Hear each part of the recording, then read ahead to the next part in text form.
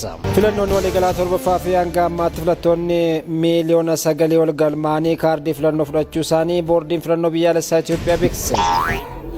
Filannoon akka jirtu si meeqa keessamtu quba qaba. Filannoon dhufaa jirti bar. Eenyufaatu filatamuu deema ammoo quba qabdu isin. Waan baay'ee isin ajaa'ibu tokkotu gaaf tokko maal jedhe beeytani. Amma too Dr. Abiyyiin kun gadhiise eenyutu biyya tana qabataa. Silaanin kolfaarra kolfuu hin danda'u. Biyya guddittii ba'a Afrikaa uummata miliyoona 130 qabdu keessaa nama tokkocha. Isa sanuu tokkocha sanuu abaaramaa kan erganni aangoo dhuferraa guyyaa tokkoof biyyi tun takkaa nagaan boqottee hin beekne. Kan sababa isaatiin lammiileen biyyattii miliyoona 5 ol lubbuudhaan darban. Dubartoonni miliyoona takkatti dhiyaatan akka hin taane ta'an. Dargaggoonni biyyattii jibbansa isaatiin hundi isaaniitu bosona duudan. Abaaramaa yoon jedhu abaaramaa dhugaa. Kan magaalaa xiqqoo takka ibsaa akka kiyyaa kana ibsatee walakkaa taa'u. Humna guddicha waraana biyyattii qofaaf jecha har'allee bakka sana jira malee sila lammiileen biyyattii sila yoo kokkee qabdee fuute. Waraanni biyyattii garuu salphaa miti. Duraanuma waraanni biyya kun qabdu waraana salphaa miti.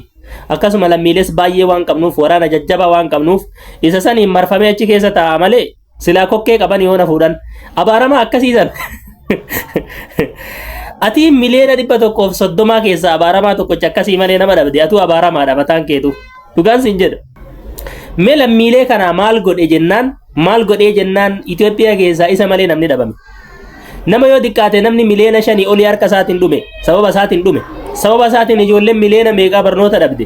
Sibiil waarii abadan keessaa bahuu hin dandeenyee fi jibbansa shanyummaatii fi waan garaagaraatiin biyyi teenya gaaga'ama hama waggaa 100 duubatti deebite yoo xiqqaate. Namicha balaafamaa lammii isaatiif waan takka yaanne aangoo isaatiif jedhee lammiilee meeqa obbaase.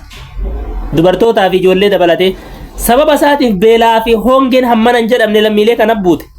Nin sobee isa yooma filannoo gaddeema garuu kijibi kun yoom dhaabbata bara kana na dhiba. Kijibummaan kun yoom dhaabbata.